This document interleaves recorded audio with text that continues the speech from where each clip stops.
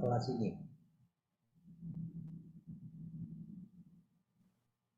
Tunjuk tangan yang mau jadi pemimpin, kata iklan. Ayo.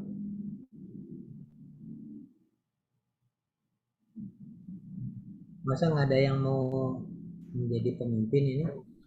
Baik Pak, saya aja Pak. Siapa? Raja Pak. Pratama Raja. Oke. Iya Pak.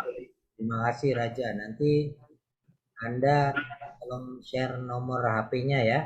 Siap Pak, siap. Oke. Bisa lewat chat untuk nanti saya WA. Jadi Anda boleh bikin grup WA, silakan ya, untuk memudahkan sharing informasi dengan teman-teman, atau tidak juga nggak apa-apa, silakan terserah. Siap Pak. Tapi nanti kalau itu saya ke Raja. Kalau kontak satu-satu kan 35 orang repot ya. Jadi nanti yang repot biar Raja aja. Oke, ketua kelas sudah, materi sudah, kode presensi sudah. Saya akan lanjutkan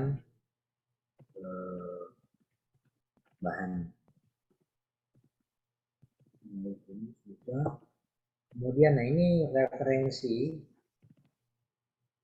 yang wajib sebetulnya hanya satu ya, yang biru, yang judulnya adalah Strategic Management of Technological Innovation. Penulisnya Melissa Feeling, dia guru besar di Universitas di New York, dan ini cukup populer begini, dipakai di mana-mana, dan ini saya pakai sebagai rujukan untuk modul diklat di Ristek.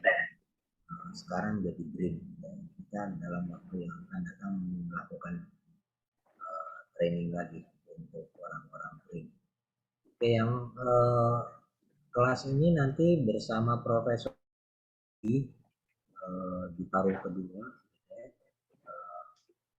Pak Udi biasanya memakai buku Tarik Khalil yang lamanya, tapi saya nggak menggunakan itu karena sudah cukup lama.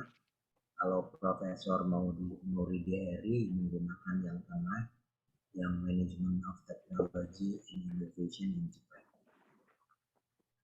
Di bawah itu buku sunnah, jadi silakan kalau Anda mau mendownload dari Business Gate. Nah, kemudian penilaian itu seperti biasa di ITS itu kalau A itu 86 sampai 100, AB itu 76 sampai 85, dan B adalah 66 sampai 75. Pemobotannya saya buat sederhana, ini ada 4 kategori gitu ya. Jadi keaktifan di kelas saya nilai 20%, tugas itu 20%, termasuk quiz, assignment mingguan gitu ya, itu 20%, lalu UTS 20%, dan UAS itu berupa proyek kelas itu 40%. Proyek kelas ini mengerjakan penerapan manajemen teknologi dan inovasi di perusahaan. Oke, jadi Anda misalnya Anda bekerja di perusahaan Anda, bagaimana Anda menerapkan, ada analisisnya, tentu saja menerapkan metode-metode yang kita pelajari, dan ini merupakan tugas kelompok. Anda membuat laporan dalam Word dan bahan presentasi. Nanti dipresentasikan di pertemuan akhir. Baik, sampai sini ada yang mau bertanya? Nggak ada? Sepertinya slide-nya belum di... Tuh, saya belum sharing slide ya, sorry.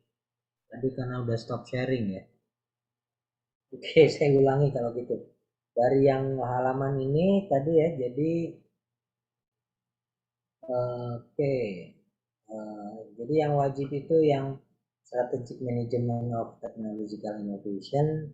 Kalau kelasnya Pak Mauridi Eri ditambah yang tengah. Kalau kelas ini karena dengan Pak Profesor Udi itu dengan yang Tarik Khalil. Oke.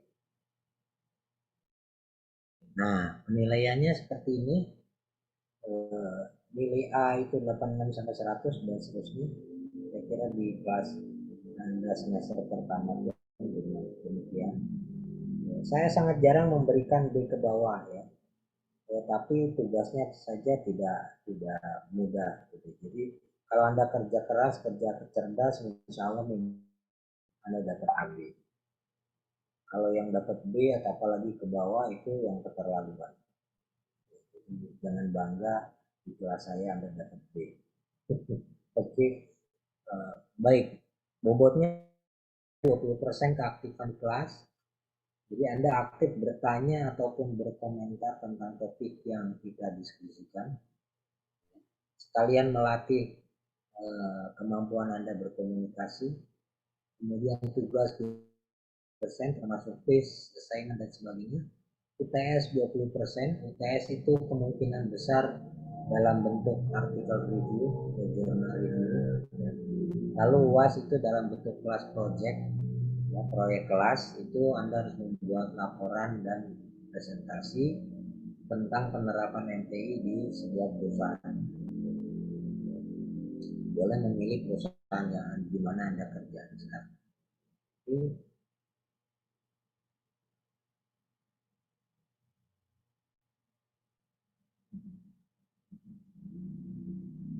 Oke, sebentar saya catat dulu.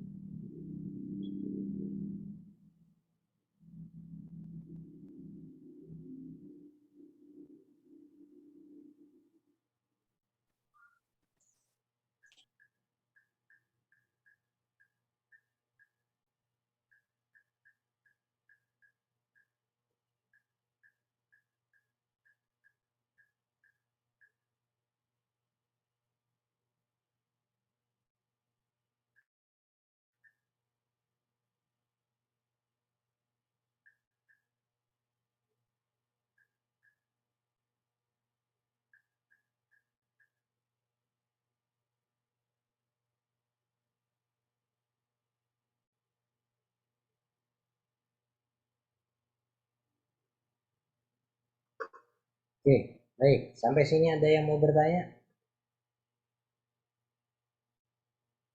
Nggak ada? Belum, Prof. Kita lanjutkan. Oke, baik. Saya akan mulai dengan beberapa istilah. Ya. Ada yang masih ingat nggak apa itu manajemen?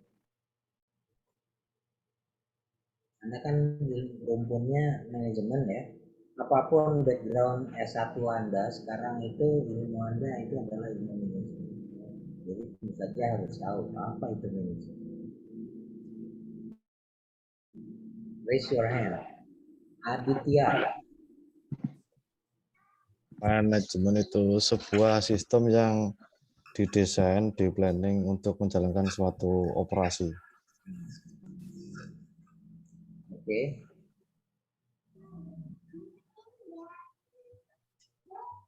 Ada lagi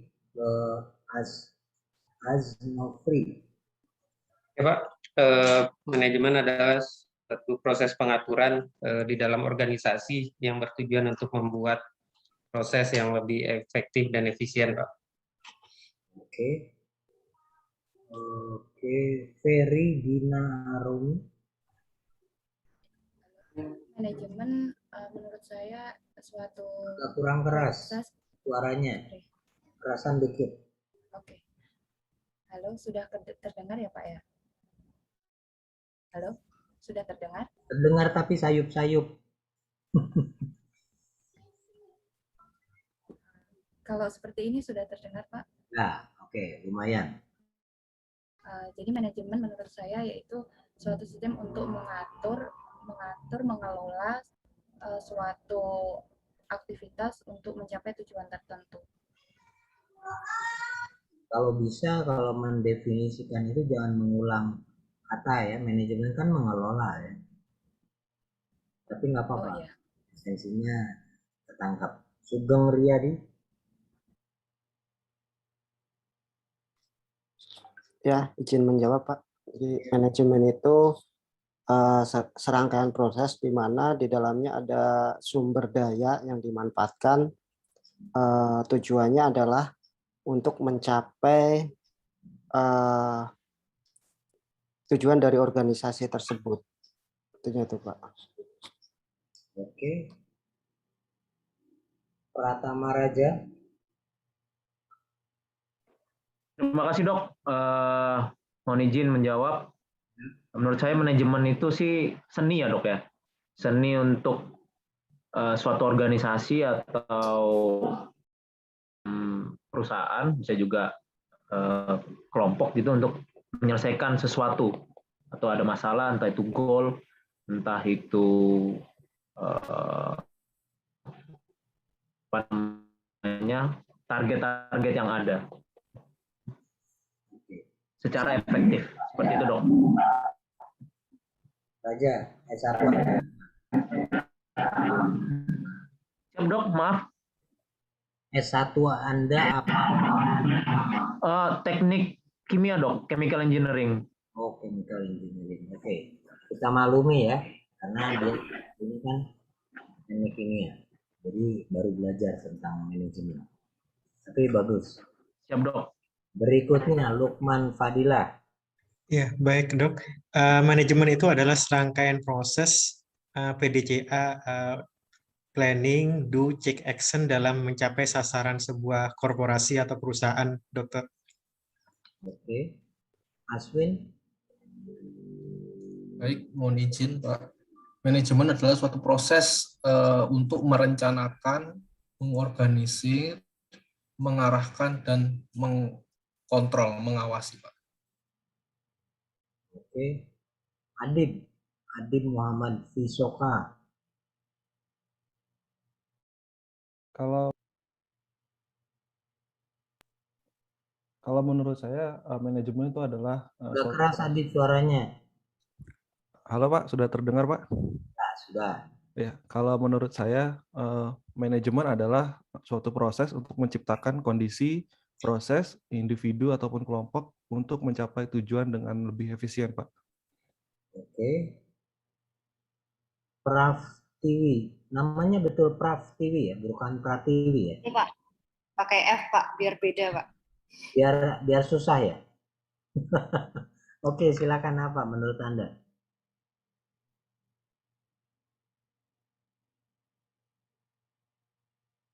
Praf TV. Halo. Kok hilang malah?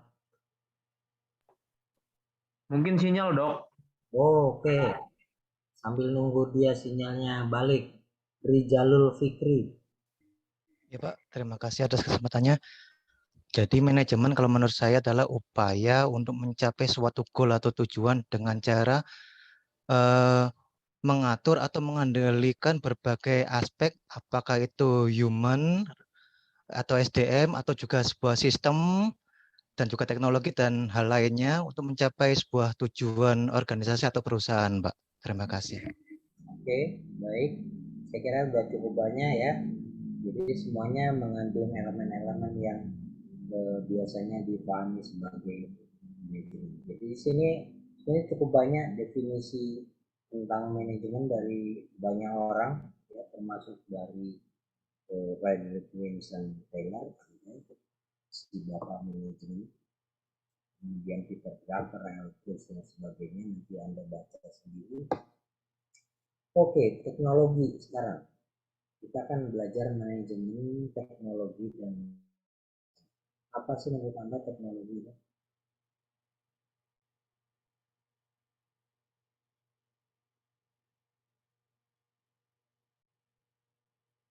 Halo? Ada yang mau nyoba?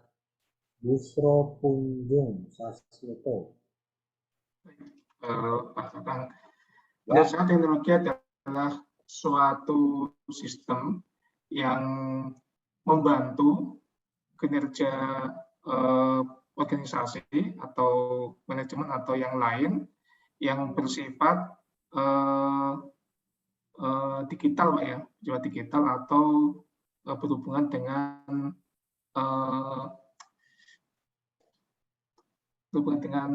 apa ya, internet mungkin Pak, atau mungkin eh, seperti itu kira-kira Pak, teknologi kemudian Ya, Anda kalau nggak digital, nggak pakai internet, bukan teknologi gitu ya? Sistem yang tidak hanya internet Pak, sistem yang lebih memudahkan manusia kira-kira. Kalau kita mengolah kopi dari biji kemudian jadi bubuk kopi, itu pakai teknologi nggak ya? Memakai Pak, memakai. Nggak perlu pakai internet kan? Betul Pak. Oke. Baik, Faiz Rizkullah. Baik Pak, terima kasih. Menurut saya teknologi adalah sebuah tool baik dalam bentuk hardware atau software yang digunakan untuk mempermudah pekerjaan kita sehari-hari. Oke. Banyak bagian yang Anda sampaikan betul. Berikutnya Anis Febrian. Baik, terima kasih Pak. Jadi teknologi merupakan keseluruhan sarana yang digunakan untuk memenuhi kebutuhan-kebutuhan manusia, begitu Pak. Oke. Nadira.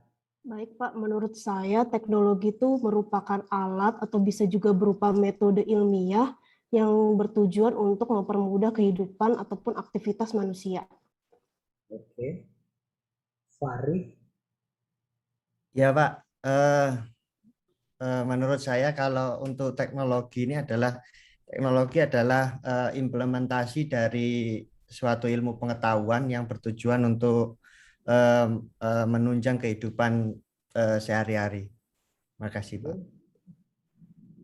Rizalul Fikri.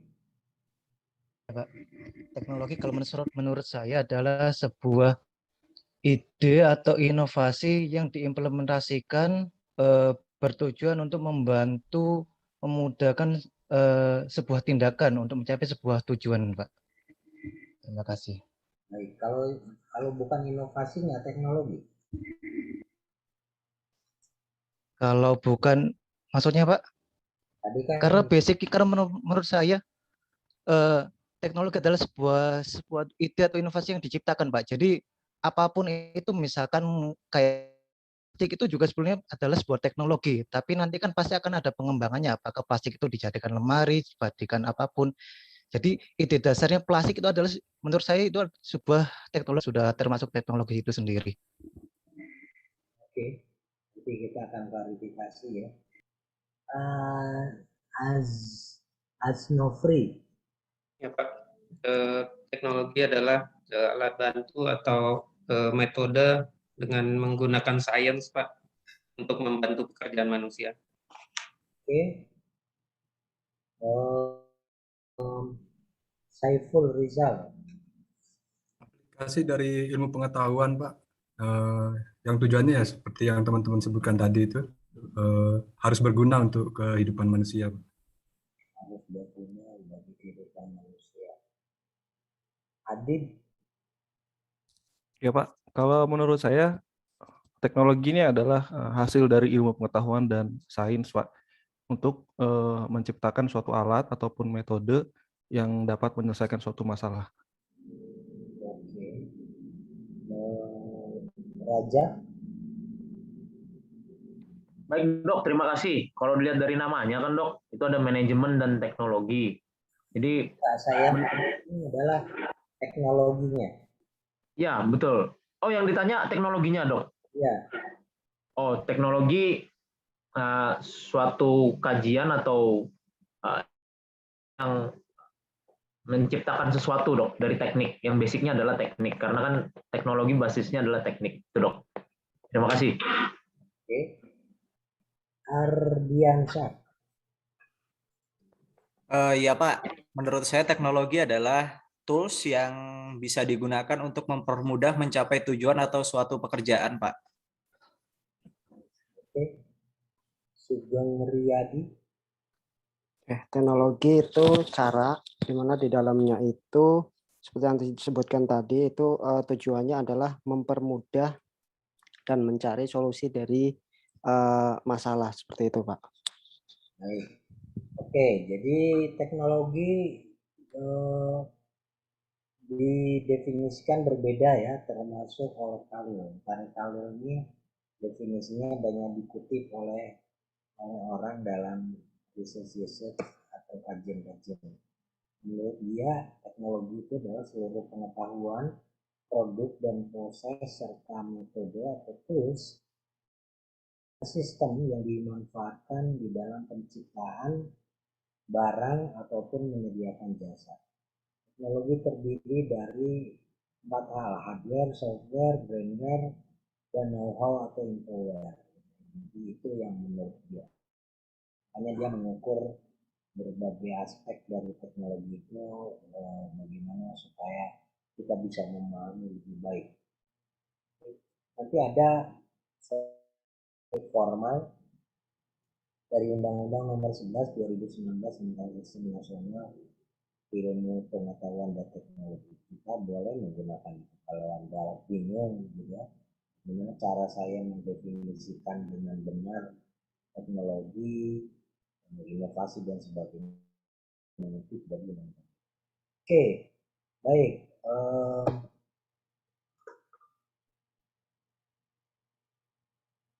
Oke, tadi ada yang menyebutkan tentang inovasi. Jadi sebelum saya menjelaskan tentang inovasi, ada 1 orang atau 2 orang yang bisa share. Oke, Novi Ainur. Silakan Novi. Ya, baik Pak, terima kasih. Inovasi sendiri itu suatu hal baru yang berawal dari ilmu pengetahuan serta dapat memberikan manfaat dalam kehidupan manusia. Oke, bagus. Hanis Febrian. Baik, terima kasih Pak. Menurut saya, inovasi merupakan serangkaian pengetahuan, serangkaian pengalaman maupun keterampilan yang ditujukan untuk memperbaiki atau menciptakan produk atau proses yang sudah ada, Pak. Jadi produk atau proses yang sudah ada itu diperbaiki atau diciptakan yang lebih baik lagi, begitu, Pak. Aditya Mahardika. Ya, inovasi itu sebuah penemuan yang baru yang dari yang sebelumnya tidak ada, yang berangkat dari ilmu pengetahuan tadi yang disampaikan tadi, Mbak. Tadi yang tujuannya juga untuk kebaikan manusia. Kalau dari yang ada menjadi yang ada lagi gimana? Boleh nggak jadi inovasi? Boleh, tapi biasanya mempunyai nilai lebih. Oke, baik. Timur Sahadewa.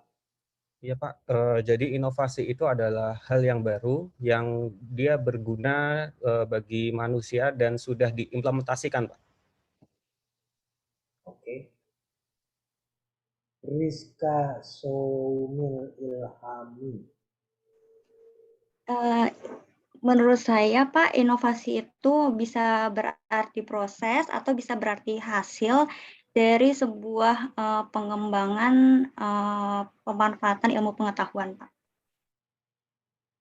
Oke, Raja mau share lagi apa? Ya Dok, menurut saya kalau inovasi itu proses untuk mewujudkan atau mengcombine dari hal lama, hal baru untuk sesuatu yang punya value lebih. Gagasan juga bisa Dok. Oke, terakhir.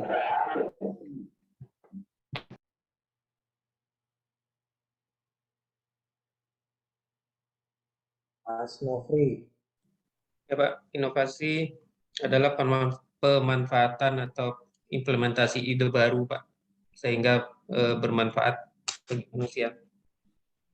Oke, baik. Dengan kata lain, sebenarnya inovasi itu adalah gagasan baru yang diterapkan dan memberikan kemanfaatan. Ya, kemanfaatannya bisa dalam bentuk komersial, ekonomi, ataupun sosial.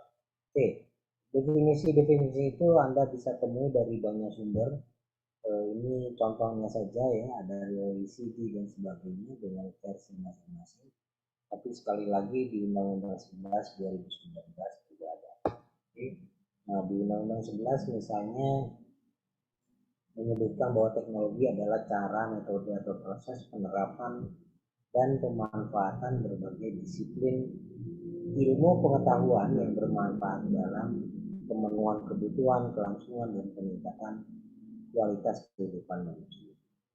Sementara inovasi adalah hasil pemikiran, penelitian, pengembangan, pengkajian, penerapan yang mengandung unsur kebaruan. Jadi selalu ada unsur kebaruan ya kalau inovasi. Tidak bisa sama gitu ya. Dan telah diterapkan. Jadi bukan sebatas hanya ide aja, gitu, gagasan, tapi sudah diterapkan serta memberikan kemanfaatan baik ekonomi ataupun sosial. Hal-hal yang menyangkut undang-undang ini dulu di awal-awal waktu perumusan kerangka awalnya saya sempat ikut masih di BPP, tapi setelah bergabung ke ITS saya udah nggak ikut lagi. Bentuknya sudah berubah. Nah di situ ada juga konsep penting ya tentang invensi. Jadi ini juga diambil dari undang-undang tentang paten. Invensi itu adalah ide inventor yang dituangkan ke dalam suatu kegiatan pemecahan masalah atau problem solving yang spesifik di bidang teknologi. Jadi invensi selalu konteksnya bidang teknologi, nggak bidang lain. Berupa produk atau proses atau penyempurnaan dan pengembangan produk atau proses. Hanya invensi yang bisa dipatenkan. Jadi salah kalau kita bilang, oh merek saya sudah dipatenkan, merek nggak dipatenkan, ya, didaftarkan merek. Hak cipta juga tidak dipatenkan. Jadi kalau Anda bikin lagu, bikin syair, nggak bisa dipatenkan, hanya bisa didaftarkan. Jadi yang bisa dipatenkan hanya hasil invensi. Oke, jadi mudah-mudahan setelah belajar di mata kuliah ini Anda paham. Jadi jangan sampai bilang saya sudah mematenkan merek dagang saya gitu, nggak bisa itu. Merek itu nggak bisa dipatenkan. Nanti kita akan belajar mengenai hak kekayaan intelektual ya di topik tentang manajemen kekayaan intelektual. Oke, baik ini saya lewati. Jadi manajemen esensinya adalah art and science, jadi seni dan pengetahuan tentu saja dalam mengurusi organisasi dalam mewujudkan tujuan. Atau kadang-kadang disebutkan juga sebagai selimpunan prinsip dan praktik berkaitan dengan tadi ada yang menyebutkan ya POA, urusan-urusan organisasi. Jadi mulai dari perencanaan, pengorganisasian, pelaksanaan, dan pengendalian. Planning, organizing, acting, and controlling. Oke. Oleh karena itu manajemen teknologi dan inovasi itu merupakan bagian atau rumpun manajemen yang terkait dengan teknologi dan inovasi sebagai aset strategis dari sebuah organisasi. Organisasi yang saya maksud bisa swasta, perusahaan, bisa juga lembaga pemerintah ya, atau kuasi publik. Dengan tujuan utama agar dapat memberikan kemanfaatan besar bagi organisasi, khususnya sustainable competitive advantage, jadi keunggulan daya saing yang berkelanjutan. Itu sebabnya kita penting mempelajari manajemen teknologi dan inovasi, karena kita semakin tahu bahwa peran teknologi dan inovasi itu semakin menentukan dalam membangun, mempertahankan daya saing perusahaan secara berkelanjutan. Gak ada misalnya perusahaan yang unggul yang nggak pakai teknologi, pasti semuanya pakai teknologi. Gak ada perusahaan yang unggul kalau dia berhenti berinovasi. Jadi kita belajar dari perusahaan-perusahaan yang berhasil itu dua hal ini sangat penting. Itu sebabnya muncul ilmu manajemen teknologi. Oke, nah jadi dalam bidang ini kita banyak memperoleh manfaat dari banyak hal ya, termasuk misalnya natural and social science, leadership, strategi, and operational, dan seterusnya. Jadi inilah yang membentuk perkembangan manajemen teknologi dan inovasi sampai pada bentuknya sekarang, walaupun saja beragam ya, dari satu negara ke negara lain, dari sebuah organisasi ke organisasi lain. Kita tentu banyak belajar dari organisasi-organisasi yang berhasil, termasuk misalnya contohnya adalah 3M. Pernah dengar perusahaan 3M ya? 3M. Pernah lihat produknya? Iya, pernah dok. Itu seringkali perusahaan ini jadikan salah satu contoh studi kasus karena keunikan mereka membangun budaya inovasi. Oke, sedikit saja share mengenai contoh supaya Anda punya bayangan. 3M. 3M itu salah satunya, bukan satu-satunya, tapi salah satunya. Membolehkan karyawannya untuk bekerja di luar jam kerjanya, maksud saya di dalam jam kerjanya, 15 menit untuk mengerjakan ide-ide kreatif karyawan yang sifatnya pribadi gitu ya biasanya. Jadi setiap hari Anda boleh misalnya mengembangkan gagasan Anda untuk teknologi, untuk bisnis dan sebagainya. 15 menit sehari. Tentu 15 menit sehari sedikit ya. Mau baca koran aja lebih mungkin ya kita kalau di kantor. Ya, apalagi kalau Anda kerja di lembaga pemerintah gitu ya. Jangan-jangan baca korannya lebih banyak daripada kerja. Nah, 15 menit dirasakan sedikit. Oleh karena itu mendorong karyawannya datang lebih pagi atau pulang lebih lambat supaya punya waktu lebih untuk menindaklanjuti ide-ide kreatif. Jadi itu mendorong kreativitas karyawan ternyata gitu. Jadi udah kasih aja 15 menit. Silakan Anda bebas mengerjakan kerjaan sendiri kira-kira gitu. Kalau di kita digituin mungkin dari 15 menit 2 jam malah kerja untuk kerjaan sendiri gitu. Nah, mengkhianati perusahaan yang menggaji kita gitu. Tapi kalau di 3M sangat disiplin. Nah, insentif itu juga dikembangkan berdasarkan hasil inovasi. Jadi omset yang dalam ya untuk perusahaan itu dan setiap unit kerja harus diperoleh minimum dari satu inovasi dalam 4 tahun terakhir. Jadi dan itu menjadi dasar juga pembagian insentif. Jadi misalnya sekarang omset Anda ada berasal dari inovasi 4 tahun terakhir, barulah Anda dapat insentif. Kalau enggak, tidak dapat insentif. Maksudnya bonus. Itu sebabnya itu mendorong semua karyawan harus bekerja inovatif, menghasilkan inovasi. Karena kalau enggak, mereka enggak dapat bonus. Dan itu cukup berhasil membangun budaya inovasi di perusahaan ini. Terus ada lagi misalnya bahwa kegagalan berinovasi itu tidak langsung dicap sebagai kegagalan. Jadi selalu diberikan ruang atau peluang-peluang bahwa mungkin saja kegagalan dalam proses berinvensi itu bisa bermanfaat menjadi inovasi di bidang lain. Ngerti ya? Contohnya misalnya pernah lihat sticky notes? Tahu ya sticky notes seperti ini? Ya Pak. Ya. Ini kan lemnya itu tanggung banget gitu ya. Jadi gampang sekali gitu. Kita tulis, kita tempel gitu ya, kita tulis. Itu berasal dari temuan yang nggak sengaja. Mengembangkan bahan lem, ternyata tidak berhasil dianggap. Ini nggak lengket ini. Kemudian, wah ini invensinya gagal ini gitu ya, kira-kira gitu. Tapi sekelompok insinyur itu mengatakan bahwa ini punya peluang penerapan, gitu. Kemudian apa dicari? Salah satunya di sticky note. Semua orang butuh mencatat, gitu ya.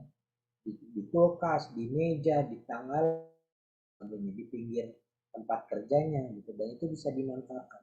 Dan ternyata ini menghasilkan omset sangat besar bagi kita. Ya. Itu contoh-contoh. Jadi kalau misalnya seandainya saat itu 3M menghentikan invensi tentang pengembangan bahan lem blue, itu mungkin udah selesai, nggak akan berkembang. Tapi mereka mengembangkan terus, memberikan peluang untuk penerapan, ternyata ditemukan, itu menghasilkan penghasilan perusahaan yang besar. Itu contoh ya. Jadi ya memang itu harus dibangun dalam lewat budaya inovasi di perusahaan. Oke. Nah, ini adalah bidang-bidang yang akan kita pelajari selama 1 semester ya. Jadi minggu depan kita akan diskusi mengenai model bisnis, karena ini sangat penting. Jadi kalau Anda mempelajari, tentu saja ini penting karena belum Anda adalah manajemen. Semua orang manajemen harus ngerti tentang model bisnis atau dalam bahasa Inggrisnya bisnis model. Terutama salah satu yang populer adalah BMC atau bisnis model canvas. Ada yang pernah dengar BMC? Kalau yang S1-nya manajemen mestinya sih sudah pernah belajar mungkin. Oke, di kelas ini ada yang S1-nya manajemen enggak? Enggak ada sama sekali. Hadir, Pak. Raja, S1-nya manajemen. Chemical engineering, Pak. Oh, ya tadi sudah sebutkan ya. Iya, Oke, Pak. baik. Berikutnya kita akan diskusi mengenai jenis teknologi dan inovasi serta sumbernya, lalu strategi organisasi, kemudian bagaimana kita memilih portofolio teknologi dan inovasi dengan metode yang saya kira di bidang manajemen fungsional lain Anda sudah belajar. Kemudian melihat maturitas teknologi dan inovasi, jadi mempelajari bagaimana mengukur tingkat kesiapan teknologi, keberterimaan teknologi, lalu kesiapan inovasi misalnya dengan teknik atau metode inovasi dan lalu mengembangkan strategi kemitraan termasuk open innovation ya yang sekarang semakin populer, lalu inovasi dalam pengembangan produk baru. Salah satu jantung dari perubahan dalam organisasi itu kalau dia selalu bisa mengembangkan produk-produk baru, produk barang dan atau jasa yang baru yang inovatif. Karena kalau enggak kan semua produk itu punya umurnya ya. Jadi ada product life cycle namanya PLC.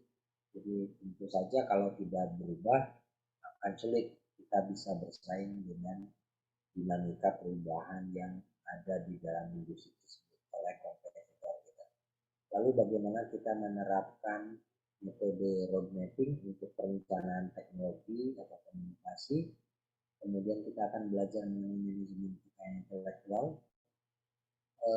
Lalu kalau cukup waktunya kita akan belajar mengenai beberapa metode yang bisa kita manfaatkan untuk pengembangan inovasi seperti design thinking, teori, TRIS dan sebagainya.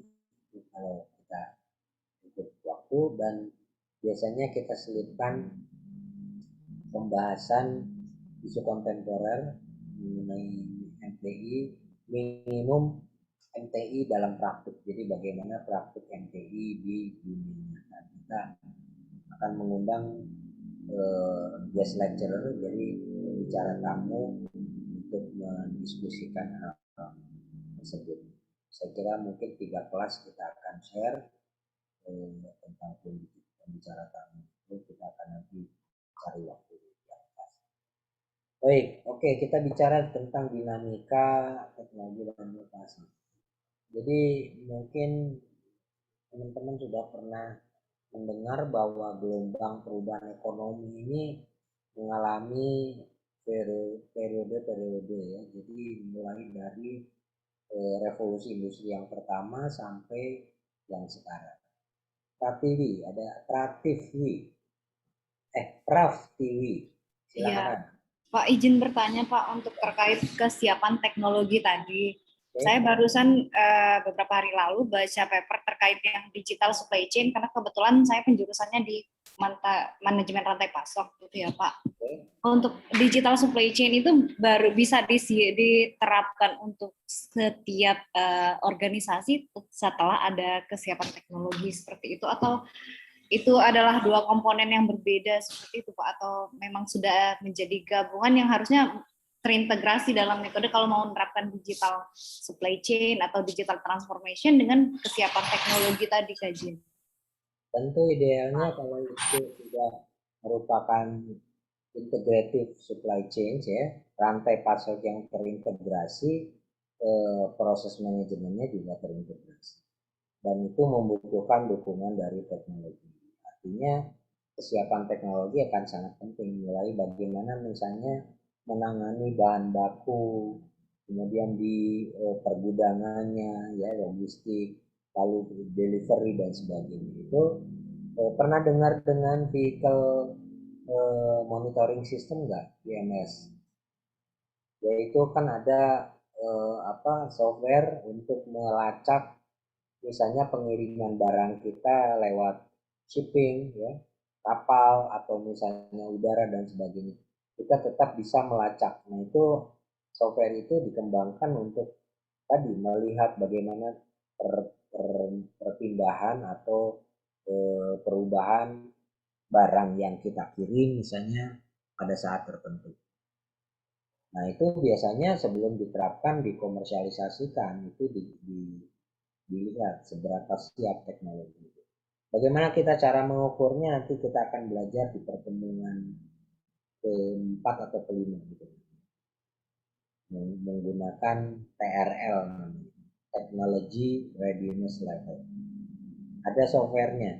Softwarenya sederhana dalam bentuk Excel, tapi cukup membantu, dan itu diedarkan juga oleh Kemenristek dulu awal mulanya yang merintis di tempat kita di BPT, kemudian disosialisasikan, banyak diterapkan, kemudian diperluas oleh Kemenristek, dan ada peraturan menterinya yang untuk self assessment tentang tingkat kesiapterapan teknologi. Kita akan belajar itu nanti. Baik Pak, terima kasih. Baik, nah di dalam gambar ini menjelaskan secara singkat bagaimana perubahan ekonomi dipengaruhi oleh perubahan industri. Jadi di revolusi industri pertama itu berkembang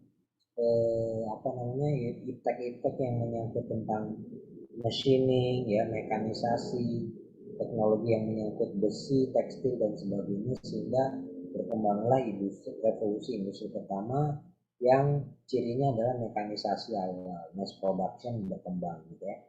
Itu di abad 18 sampai pertengahan abad 19. Itu 60 tahun kira-kira periodisasinya. Lalu disusul oleh revolusi industri kedua, di mana teknologi tentang mesin uap itu berkembang.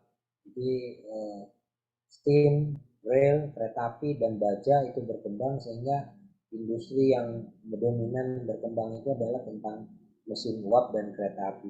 Di masa itu infrastruktur kereta api berkembang pesat di negara seperti Amerika gitu. Pernah lihat film Cowboy nggak?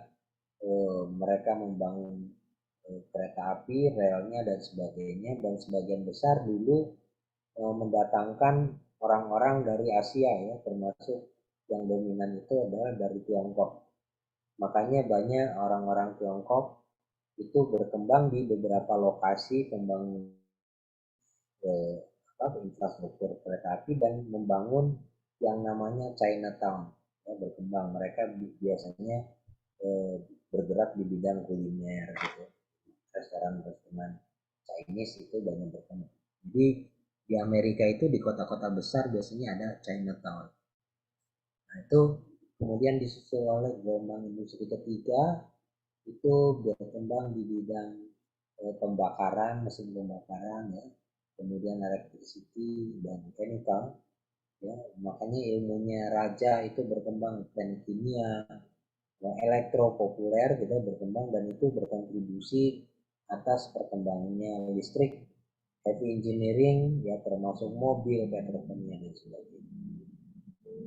Itu makin lama makin pendek periodenya ya. Jadi 60 tahun, 55 tahun, 50 tahun, disusul gelombang keempat itu berkembang bidang aviasi, petrochemical dan elektronik. Jadi industri pertahanan, televisi, komputer itu berkembang di gelombang keempat. Terakhir berkembang di bidang ICT. Teknik informatika ITB itu baru berkembang tahun 81. Jadi, tapi dalam waktu sangat singkat itu menjadi jurusan yang sangat populer. Kemudian berkembang di berbagai perguruan tinggi. Kemudian biotek ya, biotek itu menjadi kunci karena itu mempengaruhi perkembangan pertanian dan kesehatan. Lalu juga nanoteknologi dan sebagainya. Nah ini masih proses berjalan. Walaupun di Jerman itu periodisasinya itu berbeda gitu ya. Jadi kalau kita mengikuti apa yang disampaikan oleh Jerman, industri Jerman, periodisasinya kayak begini. Jadi revolusi industri pertama, kedua dan seterusnya sekarang itu sedang berada mulai dari 2013 berada di revolusi industri 4.0, di mana ini dipengaruhi oleh banyak bidang, terutama ICT ya. Jadi makanya ada cloud computing, artificial intelligence, IoT dan sebagainya yang berkombinasi dengan otomatisasi dan mekanisasi. Jadi ini membuat sistem di perusahaan, terutama plant gitu ya, factory itu menjadi smart system. Kira-kira begitu. Terlepas dari perbedaan itu, tapi esensinya adalah bahwa ada lesson learn yang kita bisa petik. Satu, setiap gelombang perubahan industri itu selalu dipicu oleh kemajuan di bidang ilmu pengetahuan dan teknologi. Jadi makanya peran perguruan tinggi, peran lembaga litbang kalau di negara maju itu sangat penting gitu ya, karena dia menjadi agents of change atau agents of development. Jadi agen perubahan. Perubahan itu terjadi karena ada orang-orang hebat di bidang iptek. Ya. Kemudian menular ke industri. Jadi teori-teori, konsep-konsep gitu ya, kemudian teknologi yang dikembangkan itu diterapkan oleh industri. Itu artinya ada hubungan baik antara kaum akademisi dengan pelaku bisnis, pelaku usaha. Nah di kita belum, tapi sudah mulai membaik. Gitu. Itu sebabnya banyak kemajuan industri itu didorong oleh tadi komunitas-komunitas akademisi. Walaupun saja pada para peneliti, inovator di perusahaan juga sangat penting. Jadi sangat cair ya mobilitas SDM. Orang itu bisa bekerja di perusahaan, kemudian tiba-tiba dia sharing pengalamannya di perguruan tinggi, makanya menjadi dosen luar biasa ya untuk sharing pengalamannya. Kemudian nanti balik lagi ke industri, itu biasa kalau di negara maju ya. Dosen yang ambil sabbatical leave namanya, libur setiap, jadi dalam karir dosen itu di sana dikasih libur 1 tahun, itu boleh kerja di mana saja. Jadi banyak dosen-dosen itu nanti bekerja di perusahaan, di lembaga pemerintah, kemudian nanti dapat pengalaman balik lagi ke perguruan tinggi untuk membawa pengalamannya tadi. Ya, ada yang misalnya pengalaman di praktik di industri, sharing di dalam kuliah mereka gitu, jadi makin kaya. Nah orang-orang yang punya pengalaman seperti itu makin mahal. Jadi kalau merekrut orang dosen yang sudah punya pengalaman seperti itu makin tinggi harganya, gitu ya, kira-kira seperti itu. Dan itu nanti bisa bolak-balik ke dunia industri, ke perguruan tinggi. Karirnya tidak mati gitu. Jadi kalau orang perguruan tinggi nanti dikasih sabbatical leave, itu dihitung waktu karirnya. Kalau di kita kan nggak boleh ya, dosen itu kerja di swasta gitu dilarang keras. Nah sekarang dengan praktik Merdeka Belajar itu sedang mulai dirintis lagi. Mulai dari mahasiswa boleh bekerja magang di industri, kemudian dihitung sebagai kredit untuk konversi SKS. Contoh, walaupun mungkin masih tahap awal ya, belum betul-betul tertata. Tapi itu proses saya kira yang mengarah kepada kondisi yang baik. Oke, yang terakhir itu peran pemerintah itu sangat mempengaruhi. Jadi karena lewat kebijakanlah banyak perubahan bisa terjadi, termasuk misalnya ada yang bisa kasih contoh nggak apa peran pemerintah dalam hal ini?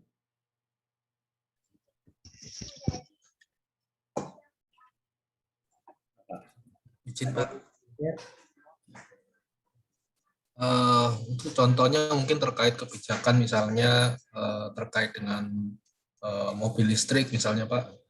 Kemudian terkait dengan pengenaan PPNBM misalnya Pak, itu akan berpengaruh terhadap industri yang terkait Pak, misalnya mobil dan lain-lain. Oke, baik. Terima kasih Pak.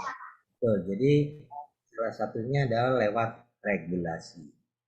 Mungkin ada yang lain. Ini Kadek Dewi. Iya Pak. Ya. Salah satunya waktu itu sempat tentang Google Balloon yang nggak boleh ada di Indonesia karena regulasinya belum ada. Oke, bisa seperti itu. Jadi pemerintah bisa berperan lewat policy, khususnya lewat regulasi, kemudian standarisasi, gitu ya, bahkan insentif. Ya, kalau di negara maju itu insentif itu banyak digelontorkan untuk perkembangan ilmu pengetahuan dan teknologi dari pemerintah. Jadi ya, dunia usaha itu tidak hanya dikenakan pajak saja, tapi juga diberikan insentifnya, bisa potongan pajak, bisa bahkan uang gitu ya, dalam bentuk subsidi uang dan sebagainya. Dulu di Indonesia ada bentuk insentif itu, tapi karena potongan pajaknya praktiknya dalam reimburse, maka tidak efektif gitu ya. Karena di Indonesia itu kalau harus bayar dulu kemudian reimburse, wah udah repot gitu ya, malas orang. Oke, baik. Yang berikutnya adalah istilah penting mengenai competitiveness, daya saing. Ini sangat sering kita hadapi gitu ya dalam konteks manajemen teknologi dan inovasi, karena ujung-ujungnya kan di sini ya. Tapi hati-hati bahwa pengertian ini berbeda-beda pada setiap tataran. Kalau di level mikro, artinya level perusahaan, itu pengertian insentif itu clear ya, mudah dipahami, yaitu kemampuan suatu perusahaan mengatasi perubahan dan persaingan pasar. Ya, jadi contohnya pengukurannya dalam tingkat profitabilitas, pangsa pasar, ukuran bisnis dan sebagainya. Level mikro gampang, tapi mulai semakin sulit kalau sudah makin ke bawah ini. Jadi meso itu biasanya atau di level industri itu nggak bisa kita mengukur bagaimana melihat daya saing industri itu, karena perusahaannya bisa beragam ya, berbeda-beda. Nah, pengertian industri itu bukan pabrik, jadi himpunan dari unit-unit bisnis atau aktivitas bisnis. Biasanya ukurannya dalam bentuk sektoral. Pendekatan modern biasanya dalam bentuk klaster industri. Nah, yang diukur adalah productivity dari klaster industri tersebut. Misalnya klaster industri X di Indonesia itu lebih produktif daripada klaster industri X di sebut saja misalkan sebagai contoh saja ya, di Vietnam. Artinya dia lebih berdaya saing. Tapi yang diukur harus dalam konteks klaster. Nah, makin ke bawah makroekonomi itu makin susah gitu ya. Jadi bagaimana kita mengukur competitiveness sebuah negara atau daerah. Yang diukur bukan bagaimana dia jago, misalnya Indonesia melawan Malaysia seperti sepak bola, kan enggak gitu ya. ukurannya adalah attractiveness atau daya tarik. Bagaimana menarik bisnis, talenta, investasi dan sebagainya. Jadi yang dilihat adalah attractiveness. Jadi kalau tadi siapa yang bekerja di Provinsi Jatim? Aswin ya? Bukan, Pak. Siapa tadi? Teman yang bekerja sebagai pegawai negeri di Pemda tadi siapa? Nah itu tentu berharap bahwa kalau Jatim bersaing dengan Jawa Tengah itu tidak berarti kalau orang Jateng mau ke Bali gitu lewat Jatim kemudian dihadang gitu kan, nggak begitu ya. Jadi provinsi masing-masing akan bersaing menawarkan lingkungan yang paling produktif bagi bisnis, menarik talenta. Jadi kalau semakin menarik itu maka orang-orang pinter, orang-orang hebat akan datang. Apakah ke Jatim atau ke Jawa Tengah. Oleh karena itu ada beberapa negara yang strateginya adalah memberikan insentif kepada imigran, tapi dengan kualifikasi tertentu. Mereka kasih kemudahan gitu ya, kemudahan izin, paspor dan sebagainya kalau mereka itu orang-orang yang qualified. Itu misalnya Irlandia, Israel itu salah satu strateginya seperti itu. Jadi Anda kalau hebat, orang pinter, datang ke Irlandia relatif mudah karena akan dipermudah. Itu contoh. Baik, nah WWF melakukan analisis mengenai daya saing ini, nanti ini dibaca sendiri ya, lebih detail.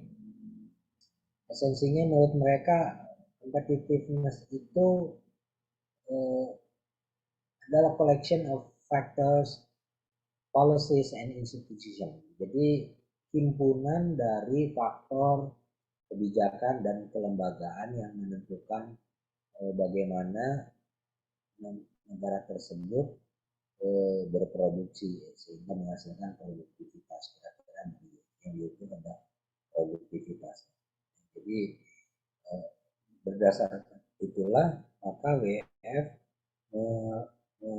menyusun dulu ukuran daya saing. Jadi menurut mereka mengadopsi pendekatan dari Michael Porter ya, lewat bukunya yang sangat terkenal bahwa daya saing itu dipengaruhi oleh 4 faktor, makanya disebut dengan 4 diamond Porter gitu. Jadi apa saja itu adalah satu, kondisi faktor atau input, yang kedua industri pendukung dan terkait, ketiga bagaimana konteks strategi perusahaan dan persaingan, dan keempat adalah demand condition atau kondisi permintaan. Ini keempat inilah yang mempengaruhi daya saing sebuah industri. Karena ekonomi sebuah negara itu adalah agregasi dari industri, maka tentu saja ini juga berpengaruh terhadap perekonomian. Jadi, nah selain itu ada 2 faktor lain di luar ini, yaitu chance dan government. Jadi peran pemerintah. Peran pemerintah tadi seperti kita bahas bisa dalam regulasi, bisa dalam standar, insentif dan sebagainya. Kalau chance kira-kira dalam bentuk apa ya contohnya? Chance. Kalau dalam kondisi sekarang kira-kira apa yang mempengaruhi berupa chance? Ini merupakan faktor di luar kemampuan kita. Ada yang bisa memberikan pendapat? Contohnya apa chance dalam kondisi seperti sekarang? Jawab, Pak. Ya. Dalam kondisi sekarang yang chance yang ada, kondisi di mana kondisi pandemi saat ini ya, di mana banyak peluang-peluang jenis usaha baru yang diciptakan yang tidak perlu bersentuhan secara fisik, jadi dan beberapa peluang-peluang baru yang sebelumnya tidak ada ya, sebelum adanya pandemi ini. Ya. Nah, itu ada beberapa industri yang di dalam pandemi ini justru meroket. Ya, jadi betul, contoh chance itu misalnya terjadinya pandemi COVID-19 itu di luar dugaan kita ya, tapi ini merubah banyak praktik bisnis di berbagai industri.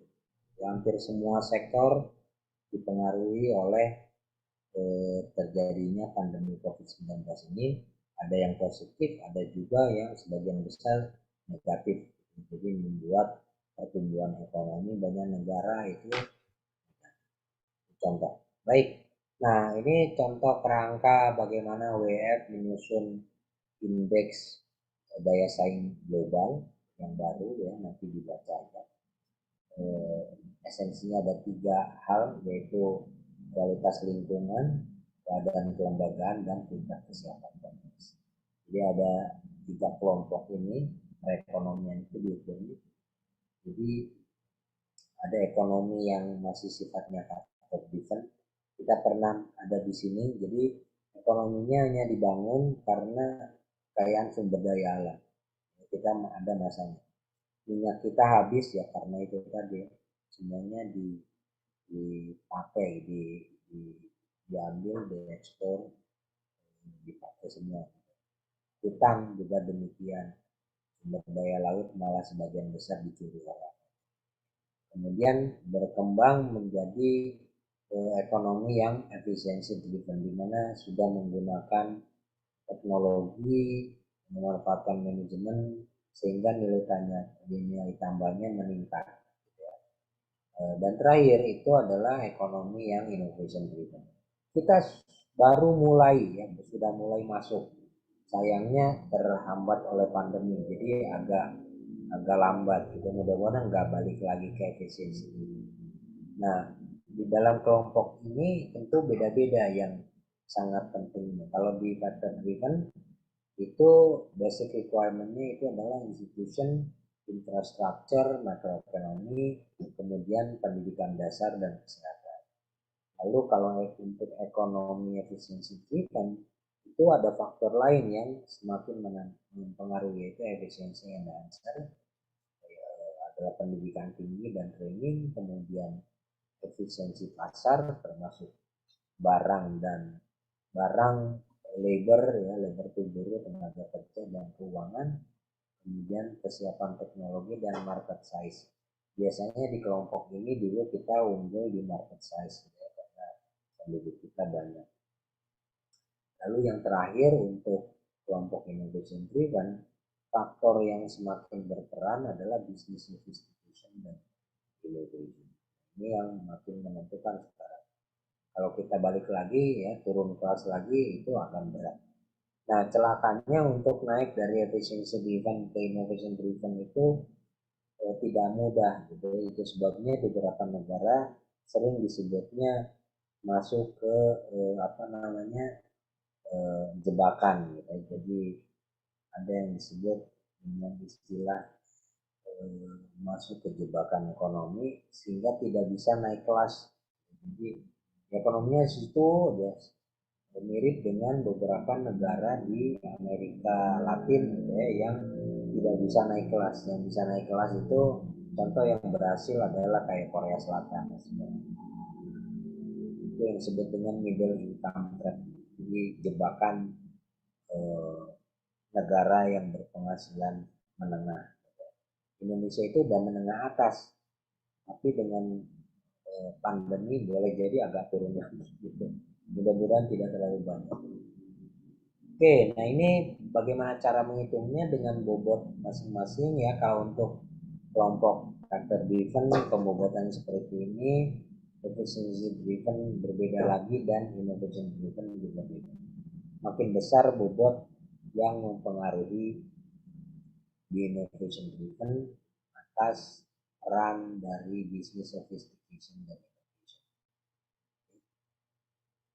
Nah, dalam perhitungan seperti ini itu WF mengkategorikan yang 4 itu adalah enabling environment. Jadi tentu saja diperlukan sebagai dasar lingkungan agar negara itu bisa mengembangkan produktivitasnya, kemudian human capital menjadi kunci, diukurnya dari skill dan kesehatan, kemudian market, product market, labor market, financial system, jadi sistem keuangan itu sangat penting, dan ukuran dari pasar ini tentu saja kita unggul ya karena 270 juta orang.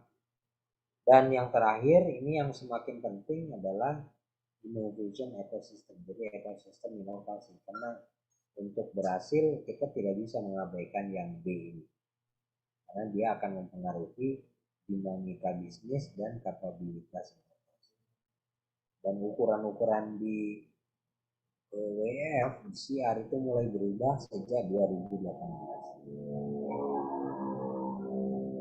Dan di sana sangat ditekankan bahwa untuk maju itu negara tidak cukup gitu ya, hanya punya sumber daya alam yang berlimpah, tapi bagaimana kita bisa menata atau memperbaiki ekosistem inovasi dan entrepreneurship atau kewirausahaan, sehingga muncul para pelaku-pelaku bisnis yang baru yang lebih inovatif.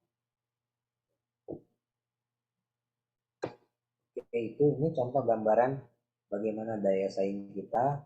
Saya belum update sejak 2020 2021 saja gambaran ini jadi agak kacau ya karena pandemi, jadi merubah tatanan ya, banyak yang sangat anjlok, utang kita juga meningkat ya, lumayan besar utang negara kita karena pandemi ini. Dari setahun yang lalu kira-kira 1.000 sekian triliun, itu bisa dibayangkan 1.000 sekian triliun itu generasi nanti yang akan datang harus bayar kita. Gitu. Kalau orang-orang seumur saya ini sudah nggak ada gitu, jadi utangnya diwariskan gitu. Jangan lupa.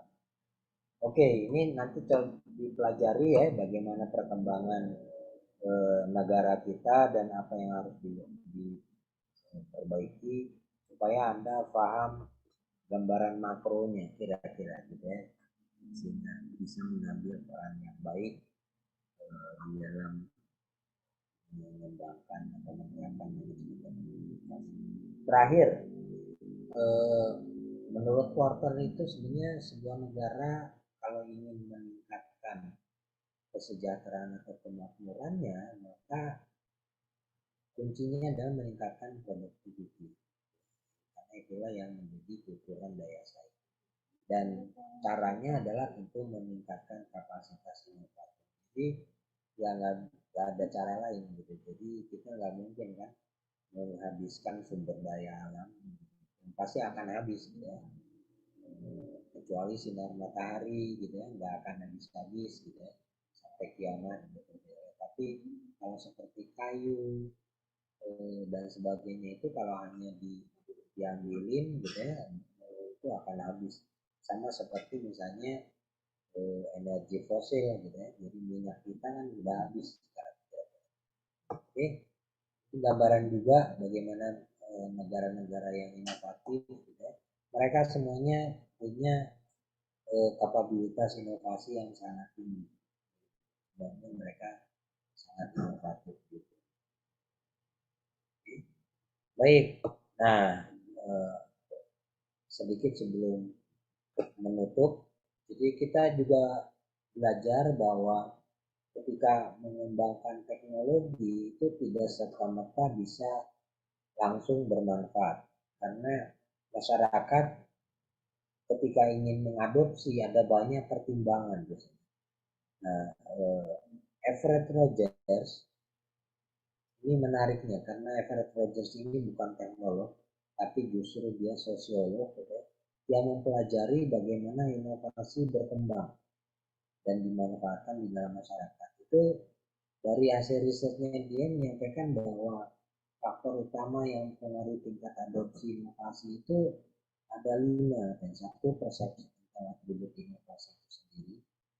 Jadi misalnya menyangkut apa unggul atau enggak secara relatif terhadap misalnya teknologi yang sebelumnya. Kemudian kompatibel enggak dengan cara-cara yang mereka lakukan. Lalu kompleksitasnya, semakin kompleks semakin rendah kemungkinan dia diadopsi. Lalu bisa dicoba enggak, bisa diamati enggak. Yang kedua adalah jenis keputusan inovasinya, yang tiga saluran komunikasi.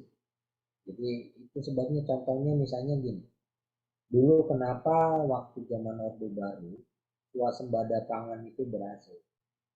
Ternyata salah satunya adalah kelembagaan yang sesuai, inovasi kelembagaan. Ada yang tahu nggak apa yang dilakukan? Apa yang saya maksud dengan inovasi kelembagaan waktu Orde Baru itu? Ternyata itu berkontribusi atas keberhasilan swasembada pangan. Pernah ada yang mendengar istilah kelompok pencapir? Ya, kelompok pembaca dan pemirsa gitu ya, yang ada acara di radio, TV, bahkan dulu TV. Ya dok, VRI dok. Ya, jadi ada acara-acara untuk kelompok tani gitu ya, tentang ada lombanya gitu ya, menarik pakai gong gitu dan sebagainya.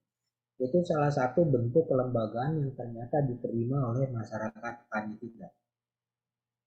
Salah satunya adalah menjembatani tadi ya, informasi teknologi. Kalau ada hasil temuan tentang benih atau bibit unggul, itu tidak langsung ke petani tetapi kepada penyuluh pertanian. Penyuluh inilah yang misalnya menyampaikan, mengkomunikasikan kepada petani, dan dengan cara dan bahasa yang bisa diterima. Tentu para penyuluh ini paham tentang budaya kelompok taninya, maka relatif bisa diterima dengan baik. Jadi petani merasa terbantu tentang informasi pupuk, saprodi ya, sarana produksi pertaniannya dan sebagainya. Itu membantu. Jadi sehingga produktif. Kemudian ada masanya setelah itu balai penyuluh pertanian dibubarkan. Kemudian penyuluh-penyuluh jadi hilang. Petani kehilangan itu. Ya, karena mereka nggak bisa mencerna misalnya seorang profesor ceramah kepada mereka gitu, bagaimana menggunakan atau membasmi hama tertentu. Jadi ya terbukti bahwa apa yang disampaikan oleh si Rogers ini benar. Jadi ada banyak faktor yang mempengaruhi. Oke, baik. Nah ini salah satu contoh bagaimana masyarakat, ini contohnya di Amerika saja ya, bagaimana masyarakat mengadopsi teknologi sampai mencapai sekian persen masyarakat. Jadi mulai dari mobil, telepon dan sebagainya, kita bisa lihat makin kesini makin pendek. Ya, internet itu cepat sekali diadopsi oleh masyarakat dalam waktu yang relatif tidak terlampau lama. PC ya, personal computer, bahkan cellular phone itu makin cepat, apalagi untuk di Indonesia. Jadi lucunya itu memang untuk banyak teknologi masyarakat Indonesia itu cukup lambat mengadopsi. Tapi khusus untuk cellular phone, ya, telepon seluler, Indonesia itu jauh di atas negara-negara lain. Jadi contohnya itu kalau akan muncul misalnya iPhone baru atau Samsung baru gitu, antrian orang Indonesia itu jauh lebih panjang dari yang lain. Gitu. Jadi cepat sekali mengadopsi di bidang teknologi. Mungkin karena tadi ya banyak aplikasi yang menarik buat masyarakat Indonesia. Nah, ini contoh ilustrasi bagaimana adopsi teknologi di Amerika ya, mobil itu butuh 56 tahun, listrik 45 dan seterusnya. Cellular phone cukup 40 tahun saja. Sekarang itu setiap tahun pasti ada model baru dan dengan cepat masyarakat kita mengadopsi. Oke, ini tantangan baru. Kemudian tadi sudah disebutkan. Kemudian sedikit mengenai perspektif tentang teknologi ya. Ada masanya dulu di Perang Dunia Kedua, itu sampai Perang Dunia Kedua maksud saya, bahwa paradigmanya itu yang disebut dengan teknologi push. Jadi bahwa pengembangan teknologi itu merupakan rangkaian sifatnya linear. Jadi katanya diawali oleh riset dasar, terapan, dan seterusnya. Tapi ternyata dalam praktiknya tidak semua berhasil. Gitu. Jadi ketika dijual, teknologinya dianggap sudah ketinggalan, sudah tidak sesuai lagi dengan kebutuhan pasar. Kemudian orang mulai berpikir, oh, kalau gitu harusnya dimulai dari kebutuhannya, gitu. Itu yang disebut dengan demand pull. Sama aja, itu merupakan rangkaian linear tarikan kebutuhan, demand. Jadi kemudian dilakukan riset dan sebagainya. Ternyata pendekatan ini juga tidak sepenuhnya berhasil, ya, karena seringkali butuh waktu dan tidak sesuai lagi ketika produksi dilakukan. Kemudian berkembanglah paradigma yang disebut dengan market driven. Jadi orang menyadari bahwa ini merupakan proses interaktif dan iteratif. Jadi sisi supply penting untuk dikembangkan, tapi harus aware dengan dinamika dari permintaan. Itu yang biasanya berkembang sampai sekarang. Jadi, tapi kadang-kadang orang menyebutnya sebagai market pull. Ini yang benar adalah market driven. Jadi didorong. Market itu kan pertemuan antara supply dan demand. Jadi dua-duanya tentu perlu didorong. Oke, ini juga sama, serupa analog dengan sebelumnya. Nah, ini ada implikasinya bahwa pendekatan sistem itu tentu membutuhkan cara kebijakan yang juga lebih baik. Sebabnya singkat ceritanya pendekatan sistemik ini membawa kepada perubahan kebijakan inovasi yang semakin terintegrasi. Karena kita tidak sedang belajar tentang public policy, maka singkatnya adalah bahwa dalam matriks ini ditunjukkan bahwa era sekarang itu adalah era sistem, sehingga kebijakannya dianggap harus dua pihak, dilihat dari sisi supply dan demand serta interaksi. Itulah yang biasanya dianggap akan berhasil di dalam mendorong inovasi. Jadi tidak bisa misalnya, oh, lembaga risetnya atau perguruan tingginya didorong, nggak cukup itu, tapi juga para pelaku usaha itu juga harus mendorong ada kebijakan yang akan untuk memperbaiki kondisi di pihak pengguna. Kira-kira begitu ya. Nah, yang terakhir penekanannya bahwa memang manajemen teknologi dan inovasi ini semakin urgent. Kenapa? Agar teknologi yang tepat tidak selalu harus paling canggih, itu dapat akan diterapkan dan dikelola dengan efektif dan efisien.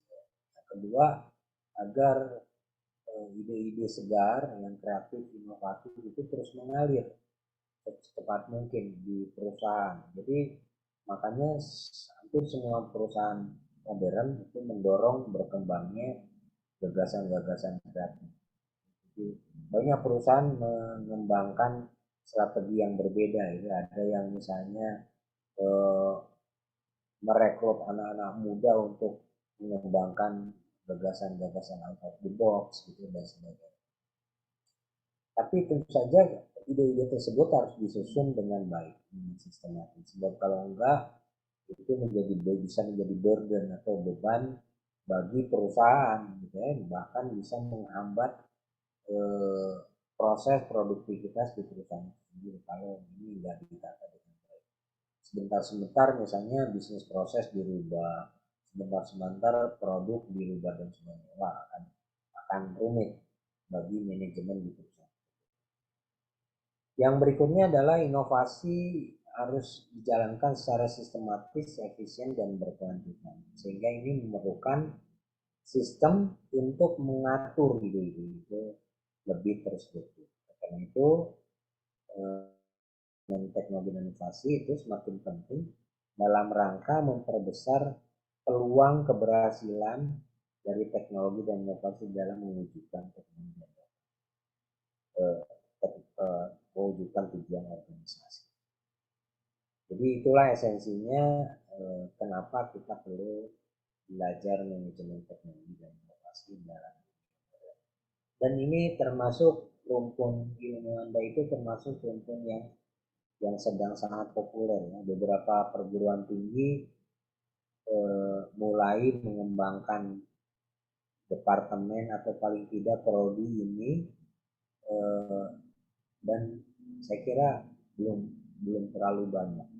Yang saya tahu di beberapa perguruan tinggi di Jakarta mulai banyak peminatnya, dan jurusan kita itu termasuk yang luar biasa besar peminatnya, sehingga mungkin 50% dari penerimaan mahasiswa pasca sarjana itu adalah mahasiswa manajemen teknologi sih ya di ITS ini. Jadi jurusan ini sangat populer. Dan untuk program S3-nya itu luar biasa. Kalau jurusan lain terima mahasiswa S3 itu paling 2-3 orang gitu. Di kita bisa puluhan. Tahun lalu itu sempat menerima sampai 30. Jadi luar biasa. Bidang kita menerima mahasiswa baru. Dan hampir semua, saya kira mungkin semua mahasiswa kita itu tidak beasiswa gitu ya. Artinya apa? Artinya ITS menerima uang kira-kira dari Anda semua. Oke, jadi kontributor baik bagi ITS kira-kira. Oke, itu bagian akhir dari diskusi kita malam ini. Sebelum saya akhiri, masih ada pertanyaan? Jangan lupa mengisi presensi. Baik. Oh, ada satu ya. Busro mau bertanya? Iya, Pak. Sedikit diskusi terkait mengenai apa ya? Kalau dalam konteks daya saing, Pak ya. Inovasi itu kan pada umumnya sekarang itu didominasi oleh pelaku-pelaku industri besar, Pak ya. Yang notabene juga berada di negara-negara besarnya. Dan kita ini selama ini inovasi kita itu hanya berupa apa ya? Umumnya duplikasi dari produk-produk industri besar itu dan mengadopsi teknologi yang ada. Nah, pertanyaannya adalah yang kami khawatirkan, apakah kita harus mengupayakan inovasi terus-menerus, sedangkan satu langkah inovasi kita itu mungkin di negara lain atau industri lain itu yang sudah mapan maju itu sudah melakukan beratus-ratus langkah, Pak ya. Jadi seakan-akan inovasi kita itu merasa apa ya, sia-sia atau kurang begitu bermanfaat bagi persaingan itu, Pak, untuk meningkatkan persaingan. Kira-kira langkah strategis kita apa, Pak, khususnya misalkan di konteks industri ataupun di konteks negara dalam konteks makro, Pak. Terima kasih, Pak. Oke, pertanyaan bagus, sangat susah dijawab, tapi gini, satu kuncinya adalah perubahan paradigma. Jadi mengubah mindset dulu. Kalau kita belum bertanding sudah merasa kalah, ya udah nggak usah bertanding. Jadi tentu saja semua negara, semua perusahaan punya peluang untuk menang. Ya, itu harus diyakinkan dulu. Nah, tentu saja ada strateginya. Jadi bagaimanapun di dalam berbisnis itu ada strategi-strategi yang bisa dikembangkan. Kita tidak selalu harus head to head ketika bersaing. Itu sebabnya orang luar lagi nih, sayangnya orang luar lagi mengembangkan paradigma yang disebut dengan BOS. Ada yang tahu BOS? Blue Ocean Strategy, strategi Samudra Biru. Dia bilang, ngapain kita capek-capek bersaing? Kita cari aja samudra yang biru, yang tidak berdarah-darah. Wah, kalau kita bersaing, apalagi di level usaha kecil menengah, itu ya justru sebetulnya terjadi persaingan yang sangat ketat, ya, termasuk di industri kuliner. Anda tahu nggak? Di lingkungan industri kecil menengah itu justru persaingannya sangat ketat. Karena biasanya tadi ya, produknya hampir sama, gitu ya. Customer segmennya yang disasar juga hampir sama. Cara praktik bisnisnya hampir sama dan sebagainya. Jadi semuanya ya berkerumunnya di situ. bersaing sesama usaha kecil menengah. Nah, ada pendekatan kalau Anda nanti mengambil mata kuliah manajemen strategi itu Anda bisa belajar nanti. Ngapain kita susah-susah bersaing di Samudra Merah? Itu ibaratnya kalau Samudra Merah itu berdarah-darah lah kira-kira gitu. Teman makan teman, usaha kecil makan usaha kecil dan sebagainya. Karena bisa jadi ya, restoran satu dengan restoran yang lain, walaupun tidak persis ininya itu bersaing sangat ketat. Ya. Nah itu salah satunya adalah dengan cara tapi cari aja yang beda gitu ya. Jadi kita masuknya di Samudra Biru. Ada tekniknya ini itu satu gitu. Yang kedua banyak hal kita bisa belajar dari banyak perusahaan-perusahaan yang inovatif, boleh di dalam negeri, boleh di luar negeri, peluang-peluang yang sebetulnya bisa memungkinkan kita itu berkembang dengan baik. Ya, kita tidak selalu harus berkompetisi dengan perusahaan besar kan, ya enggak? Ya, apalagi kalau perusahaan besar sumber inovasinya kuat sekali. Contoh misalnya gini, kita bersaing di dunia otomotif atau persisnya mobil lah ya, kendaraan niaga kelas mungkin 1.000, 2.000 sampai 2.000 akan berat. Kenapa? Ada yang tahu kenapa kalau kita masuk di segmen industri kendaraan di kelas seperti itu akan berat? Saingannya Pak. Ya? Banyak saingan. Kompetitornya banyak. Persisnya apa kira-kira? Di segmen itu penguasanya adalah industri Jepang. Dan itu sudah sekian lama menguasai di Indonesia dan hubungan pemerintah Jepang dan Indonesia itu sangat erat. Apapun akan dilakukan oleh pemerintah Jepang. Dan itu saya pernah tahu ya, menyaksikan ada industri kecil yang mohon maaf harus saya sampaikan disikat habis hanya gara-gara ada rencana ikutan membuat mobil di kelas 1.500 ya, dengan temuan-temuan mereka. Kita bisa belajar dulu tuh sejak zamannya almarhum Pak Habibie yang mau mengembangkan mobil Maleo dan sebagainya.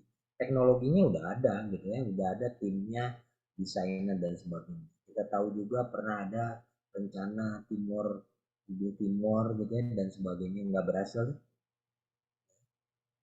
Kenapa misalnya kok Malaysia malah berhasil? Karena strateginya beda. Thailand juga berhasil karena dia masuknya bukan ke segmen kendaraan niaga di kelas itu. Thailand itu masuknya dari sektor truk. Truk itu buat Jepang bukan prioritas, kira-kira gitu.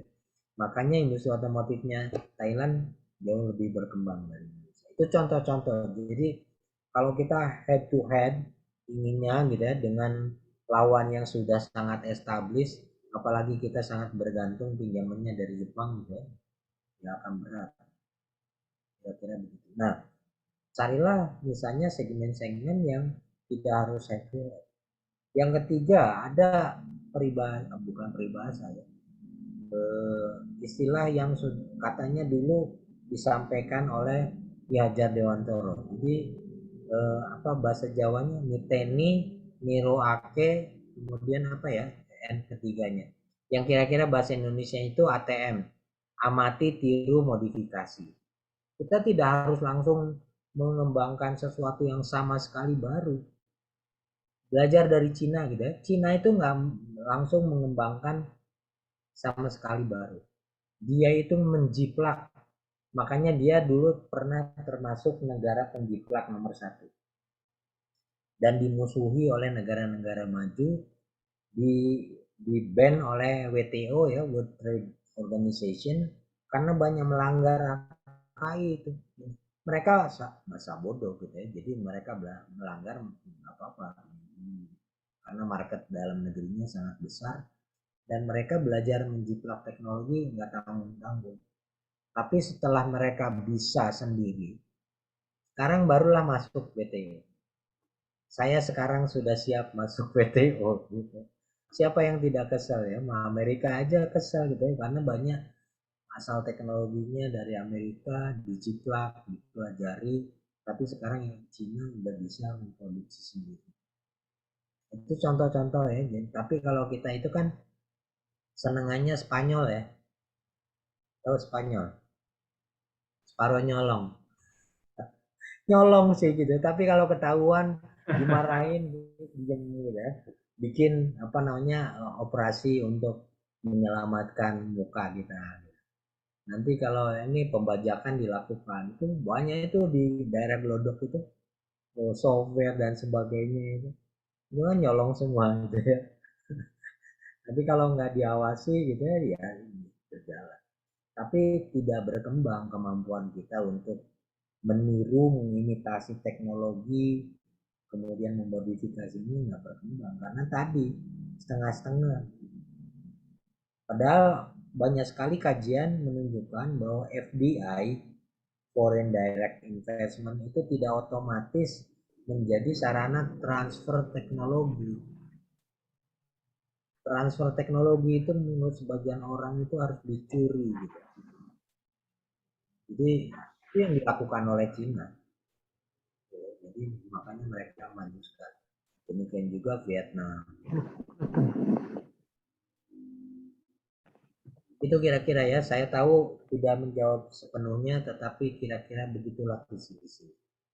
Oke, baik, waktunya sudah pukul 22.15.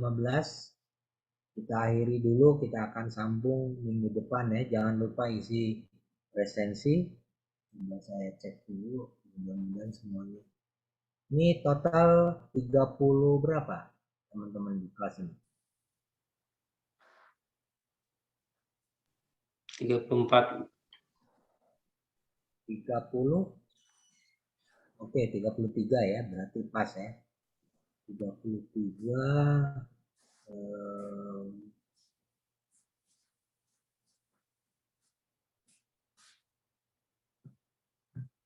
Oke, sudah absen semua.